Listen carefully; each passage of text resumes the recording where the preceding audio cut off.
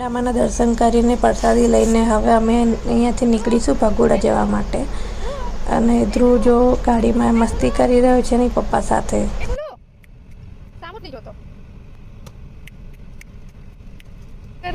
જો તો કરે સામુ. હા માં દીકડું સામુ તો જો મારું દીકડું. એ લાડકું.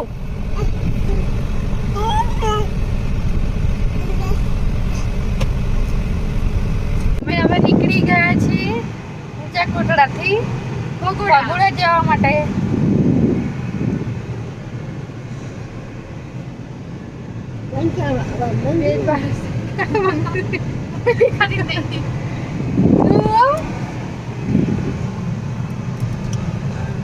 ઊંચા કોટડાથી ભગોડાનો જે રસ્તો છે 21 કિલોમીટરનો છે, એટલે કે 40 મિનિટનો રસ્તો થાય છે. જો તમે પોતાનું સાધન લઈને આવ્યા હોય તો કોઈ વાંધો જ નથી, તમે ગમે તે સમયે નીકળી શકો છો. પરંતુ જો તમે છૂટક વાહનોમાં આવ્યા છો તો તમારે બપોરે 2 થી 3 વાગ્યા સુધીમાં તો નીકળી જ જવું જોઈએ, કારણ કે બપોર પછી તમને અહીંયા સાધન મળવું બહુ મુશ્કેલી થઈ જાય છે.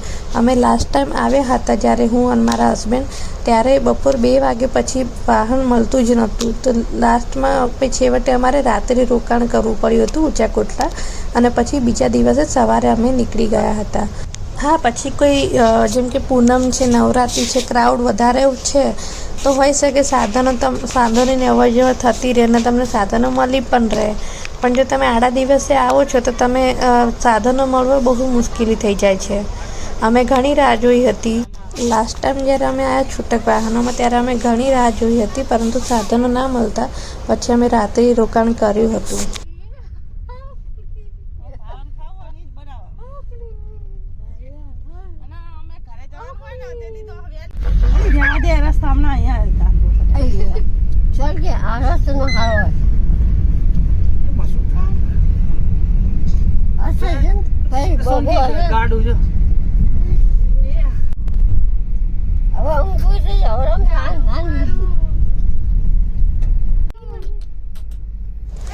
ઊંચા કોટડાનો જે રસ્તો છે એ ખૂબ જ સરસ દેખાઈ રહ્યો હતો. ત્યાં પવન ચક્કીઓ છે અને આજુબાજુમાં દરિયો છે, તો પવન પણ બહુ જ મસ્તન આવી રહ્યો હતો.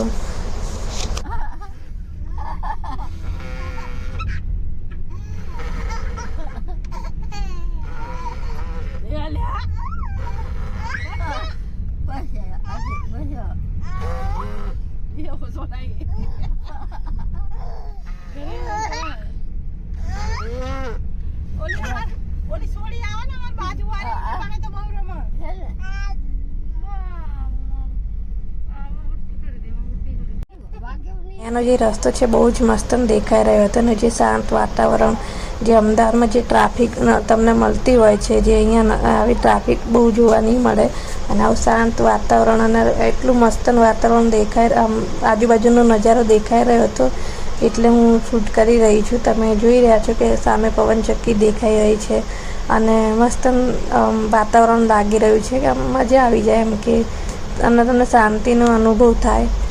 તમે એન્જોય કરતાં તમે અહીંયા કાર ચલાવી શકો છો, અને એન્જોય કરતાં તમારો રસ્તો પણ પસાર થાય એમ.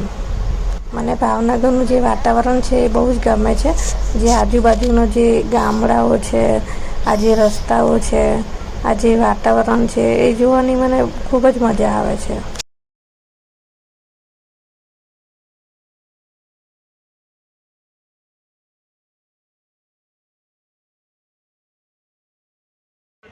મોગલધામે પહોંચી ગયા છીએ. અમે મંદિરે પહોંચી ગયા છીએ, અને જો ધ્રુવની માસી ધ્રુવને કોઈ રમકડા અપાવવા માટે રમકડાના શોપ પર લઈ ગઈ છે. વિચારે છે કે હું ધ્રુવને શું અપાવું. મંદિરની બહાર જ પાર્કિંગ વ્યવસ્થા ખૂબ જ સારી છે. તમને અહીંયા પાર્કિંગની વ્યવસ્થા પણ તમને મળી જશે.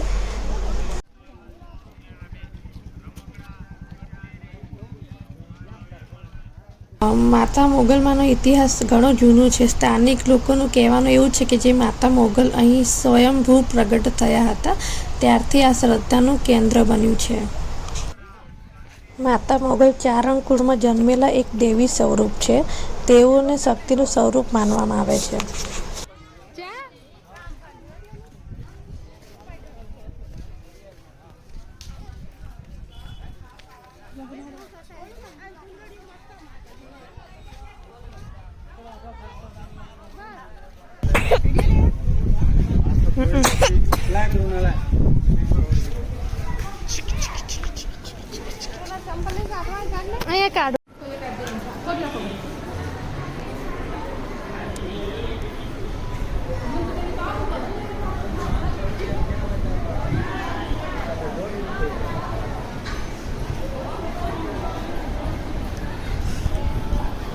લે મમ્મી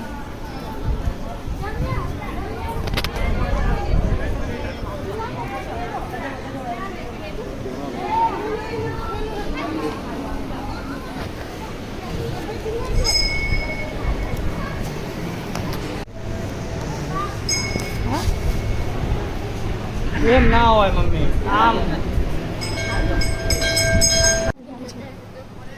લોકો સંતાન માટે એની બાધા માનતા હોય છે.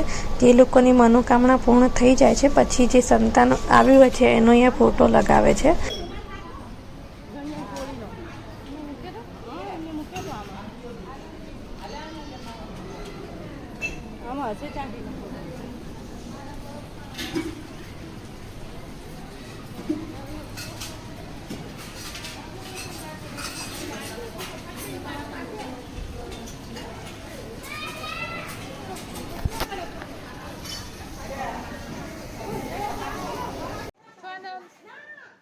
મંદિરમાં ભક્તોને પ્રસાદ પણ આપવામાં આવે છે.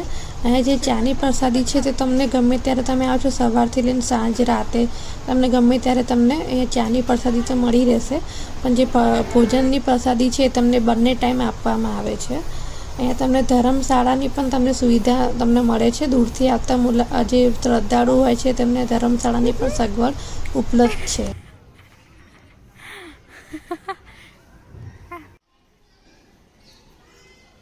માતાજીના દર્શન કર્યા પછી અમે લોકો થોડીક અહીંયા આરામ કર્યો.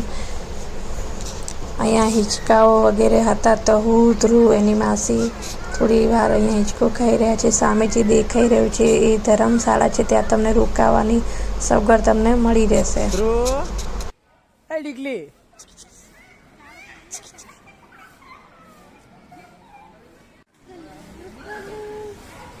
એમ ચડી હરખી કરતો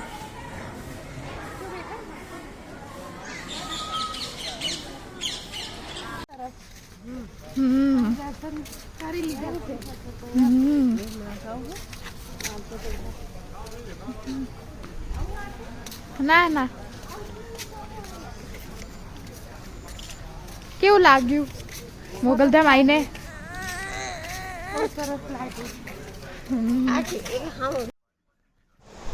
જે સામે પહાડ ઉપર દેખાય છે એ ખોડિયાર માનું મંદિર છે. અહીંયાથી બગદાણા પણ નજીક થાય છે. તો હવે અમે અહીંયા દર્શન કરી લીધા છે અને હવે અમે અહીંયાથી નીકળીશું બગદાણા જવા માટે. પુરાથી બગદાણા જવાનો રસ્તો જ 30 મિનિટનો છે. તમને અહીંયા સકડાઓ, રિક્ષા વગેરે પણ અહીંયાથી મળી રહેશે.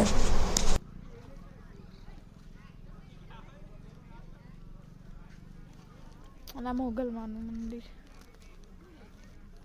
બેન